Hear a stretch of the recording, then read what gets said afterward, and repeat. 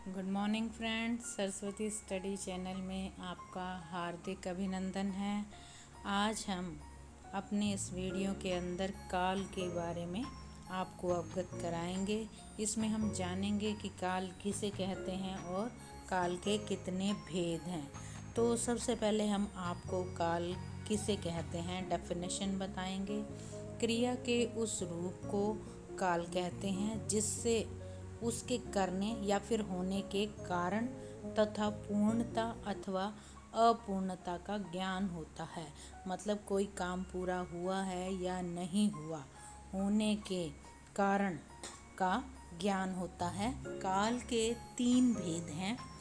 पहला है भूतकाल, वर्तमान काल और भविष्यत काल। तो सबसे पहला है भूतकाल। भूत यानी कि बीता हुआ। क्रिया के जिस रूप से बीते हुए समय का बोध होता है उसे भूतकाल कहते हैं। इसकी पहचान ये है कि वाक्य के अंत में था, थी और थे ये आते हैं। भूतकाल के आगे 6 भेद हैं। एक है सामान्य भूतकाल, आसन्न भूतकाल, पूर्ण भूतकाल, अपूर्ण भूतकाल, संदिग्ध भूतकाल और छठा है हेतु मद भूत। तो सबसे पहले हम इसमें बताएंगे कि सामान्य भूत किसे कहते हैं। क्रिया के जिस रूप से बीते हुए समय का ज्ञान न हो उसे हम सामान्य भूतकाल कहते हैं। जैसे मैं बाजार गया, कब गया ये ज्ञात नहीं हो रहा। राम आया, कब आया मतलब आ चुका है, लेकिन कब आया ये ज्ञात नहीं हो रहा। तो ये सामान्य भूत कहलाएगा। उसके बाद है क्रिया के जिस रूप से ये पता चले, ये आसन्न भूत है। इसका भेद उसके अंदर है। क्रिया के जिस रूप से यह पता चले कि क्रिया अभी कुछ समय पहले ही पूर्ण हुई है। सामान्य भूत में बीते हुए समय का ज्ञान नहीं हो रहा था। इसमें हमें यह पता चल रहा है कि क्रिया अभी कुछ ही समय पहले पूर्ण हुई है।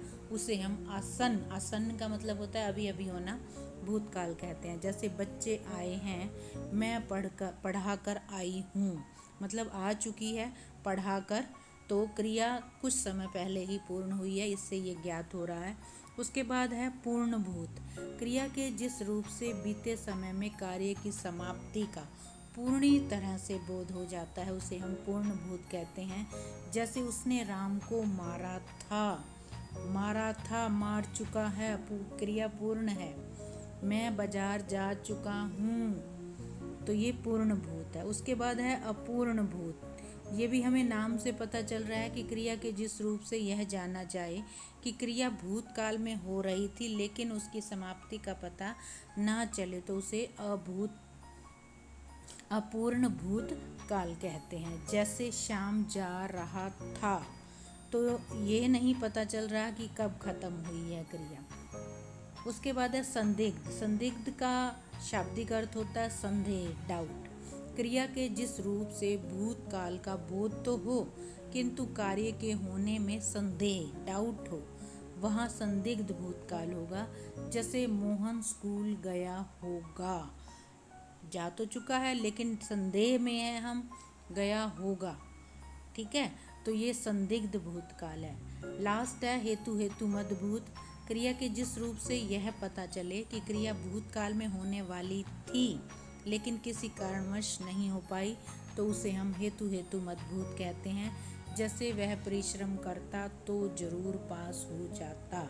तो परिश्रम करता तभी पास होता ना। तो क्रिया जो है वो भूतकाल में पूरी हो जाती, पास हो जाता, लेकिन कारण क्या रहा कि परिश्रम नहीं किया।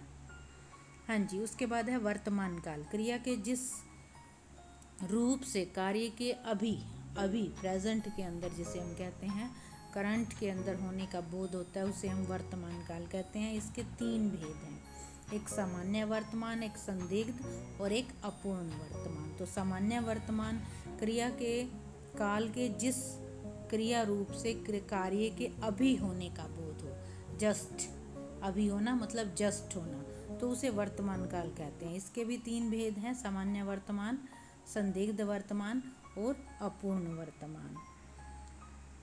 तो सामान्य वर्तमान क्रिया का वह रूप जिससे क्रिया का वर्तमान काल में ही होना पाया जाता है, मतलब वर्तमान काल के अंदर ही क्रिया हो रही है, तो वो सामान्य वर्तमान काल है। जैसे वह जाता है, इसकी पहचान है जाता है। उसके बाद है संदिग्ध वर्तमान, संदिग्ध डाउट, जिससे क्रिया के होने में संदेह प्रकट हो, तो वहाँ वर्तमान काल में संदेह हो तो उसे संदिग्ध वर्तमान काल कहते हैं। जैसे शाम पड़ता होगा, तो यहाँ डाउट में है, हो भी सकता है नहीं भी। अपूर्ण वर्तमान, क्रिया के जिस रूप से वर्तमान काल के अंदर क्रिया की अपूर्ण आ गया, यानी कि पूर्ण नहीं हुई क्रिया, तो उसे अपूर्ण वर्तमान कहेंगे। जैसे सीता गा रही है, अभी भी गा रही है, वो गा नहीं चुकी, तो वर्तमान काल चल रहा है, क्रिया हो रही है। उसके बाद है भविष्यत काल, क्रिया के जिस रूप से काम का आने वाले समय में इन फ्यूचर करना या होना प्रकट हो, उसे हम भविष्यत काल कहते हैं। जैसे हम फिल्म देखने जाएंगे, गए नहीं जाएंगे, पहचान है गागेगी लगता है इसकी।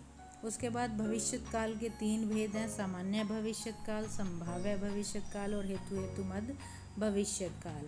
तो जो सामान्य भविष्यत काल है, क्रिया के जिस रूप से भविष्य में होने वाले कार्य के संबंध में ये जानकारी हो, या फिर हम ये भी कह सकते हैं ये ज्ञात हो कि क्रिया सामान्यतः भविष्य में होगी नॉर्मली, तो उसे हम सामान्य भविष्यत काल कहते हैं। जैसे मैं स्कूल जाऊंगी, तो नॉर्मली बात है जाऊंगी, तो क्रिया इन फ्यूचर पूरी होगी।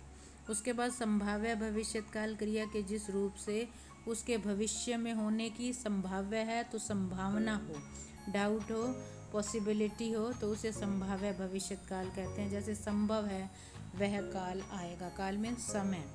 उसके बाद है हेतुमद भविष्यत काल, इसमें एक क्रिया का होना दूसरी क्रिया के होने पर डिपेंड करता है, उसे हम हेतुमद भविष्यत काल कहते हैं।